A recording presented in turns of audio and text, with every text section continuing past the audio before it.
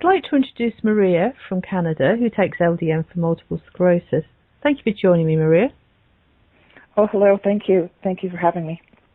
Could you tell us when you first started to notice your MS symptoms? Well, I didn't exactly know that it was MS, but I had strange symptoms in my mid-40s. It first started off with my eye. It was diagnosed as idiopathic uveitis. That was probably in 2006 fall. After that, 2007, I got a huge attack of vertigo. Vertigo is dizziness where I couldn't even understand, like, my frame of reference. My husband had to help me put my pajamas on. I lost 2 weeks of work. With the vertigo, I fell. I started falling. I had an accident. I hit my head. That would have been 2007, yes. And after that, I had piercing ear pain. So I thought that it was an ear infection. Mm-hmm. And so I went to my GP, and she put me on a consultation list with an ear, nose, and throat doctor. Went through all the dizziness tests with him. Continued to be dizzy. I tried many different kinds of antibiotics. Nothing seemed to work. Kept having these episodes of dizziness. At work, I fell out of a chair. I was sitting in my colleague's office. I was just having a chat. And how does one fall out of a chair? So something was up there. I also noticed towards the end of 2007 that I had extreme fatigue. Extreme fatigue in the sense that by 3 o'clock I was taking a nap in my chair, and that was not very professional.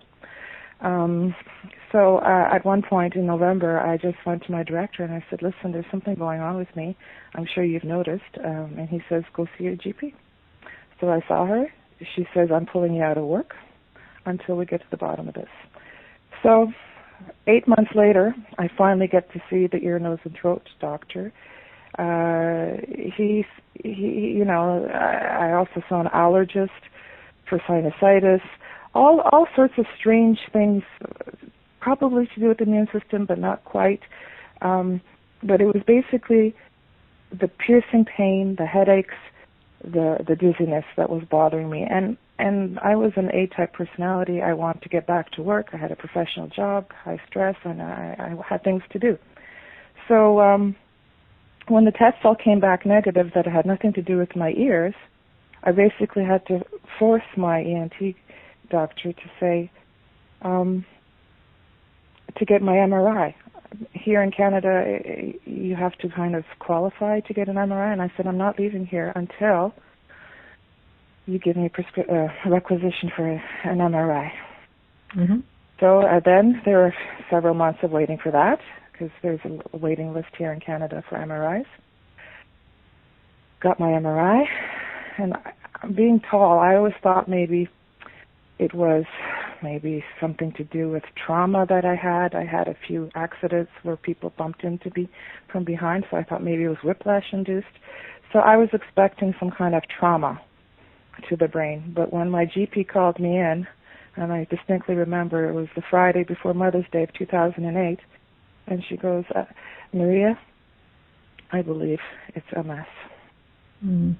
And I was just devastated because prior to that, I had other symptoms like tingling, insomnia, hand numbness, but I all thought that was to do with stress, anxiety, job burnout, just age-related, maybe even perimenopause.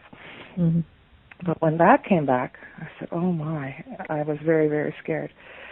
So I was put on a waiting list for the MS clinic here in Canada. And I was scared. I didn't tell anybody, but it started to kind of make sense, but it's the possibility, so it's not 100%. So I started my journey with the MS people. Got in.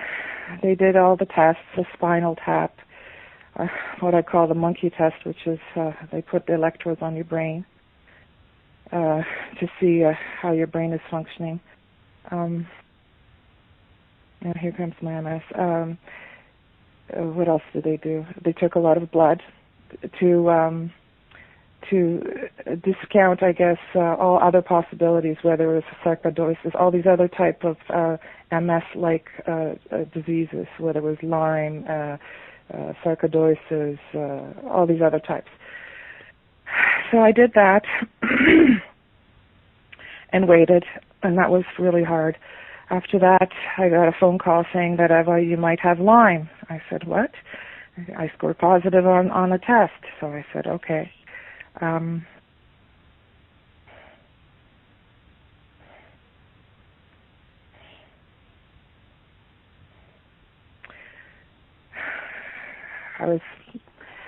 But then I was sent to infectious disease specialist, and he diagnosed me clinically as not having Lyme. So it was back to MS. Mm-hmm. So my doctor said, well, let's try the MS modulating drugs. So a year later, after all this happened, so now we're in 2009, I was put on Copaxone, which are daily injections. And at the time, I was trying to be brave and show my family that I was trying to take control of my chronic illness. Sorry, some feelings are coming up. It's all right. So I started taking the Copaxone. Being tall and thin, after 2.5 years, I ran out of injection areas. The side effects of Copaxone are that you get these very hard, lumpy areas. So I had nowhere to inject in my arms or my legs, even in my bum.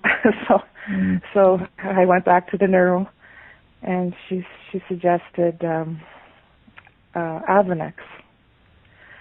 I was scared to try Avonex, but I thought, for my family, I will do this. I lasted only 6 months. I had never been more sick in my life. The flu-like symptoms knocked me off. And remember, I'm off work this whole time. In the background, I'm dealing with potentially losing my employment, dealing with short-term from long-term disability, the whole works. But at one point I said to my husband, I can't continue this. I'm in bed, sick with Avonex. It's just not helping me. I don't think this is for me. So I had enough courage the next time I saw my neuro, because now I'm on annual visits with her, and she said, okay, we'll take a break.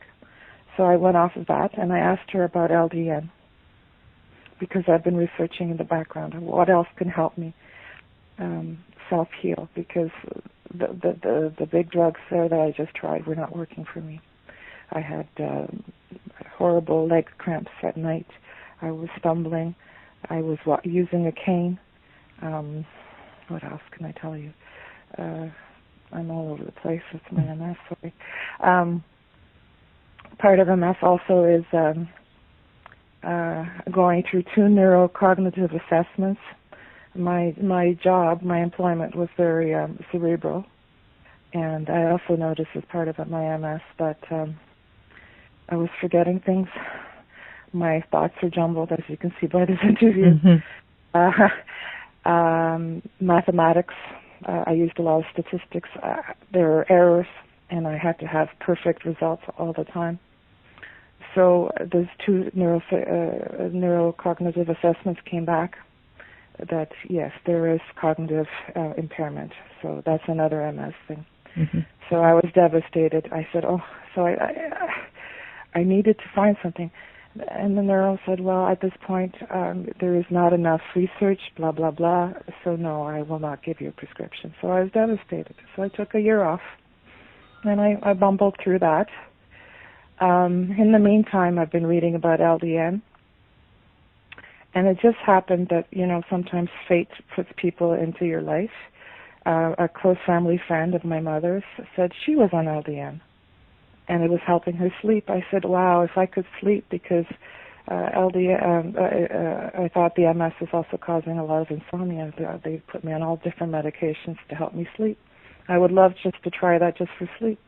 Mm-hmm. So she connected me with a doctor here in Canada who was open to LDN, read about it, and now I'm speeding up to the fall of 2013.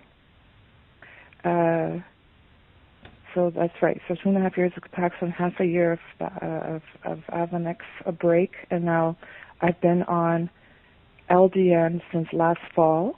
Mm-hmm. So I would say I started in October at around 1 mg, and we slowly increased it up to the 4.5, which is what Dr. Bihatri was saying to do. And we were just trying, because basically I tried big pharma drugs. I tried them all, and a lot of them did not agree with my system. And I have to say, I was getting other symptoms of MS at the time, so I wanted to wait a good 6 months before I was going to say anything. But it looked like I was developing a new symptom, the burning sensation down the middle of my left leg. That subsided by February. I started to feel so good. I started to sleep on my own without any pills. I could decrease my other pain medication. I'm about to tell my neuro that I decreased it completely down to 0, and I'm just on one pharma med and just LDN. Wow. LDN has really helped me. It's been a year. I just saw my doctor who put me on LDN yesterday. It just happens to be yesterday, and he was happy that it's working. What else can I tell you? My gait improved, so I find that I don't use. I'm not supposed to tell anybody, but I don't use my cane in the house. Mm-hmm. So I can walk straight. I have much less leg spasms in my legs. I don't have this horrible that spasticity that keeps you up at night. Mm-hmm. So only when I'm very stressed or overtired will the old symptoms, like the neurological damage, come back. But everything else is better. I think my mind is clearer. I have a hope for the future. Now that's so important, yes, isn't it? Mm-hmm. That feeling of wellness, of overall wellness, to the point that my husband and I feel that okay, maybe this monster is going to shrink a bit, and we can plan our retirement together and enjoy life. Oh, that's wonderful. That is. I've kind of rambled on. I'm sorry. I get excited about LDN. I would like a lot of people to know about it, to read up about it. People with cancer. Anyway, do you have anything to say to me? I kind of rambled on. No, that's absolutely fine. It is a really inspirational story. But I'm going to mention it now to my neuro this coming fall, that I've been on it for a year, and we'll see what happens here in Canada. I would love. Sorry? You'll have to keep us updated on what develops. Well, yes. Well, Maria here from Canada is excited about LDN and would like a lot of people to read up about it. That's for sure. And hopefully we can get some clinical trials going here in Canada and all over the world. Well, thank you very much. Thank you.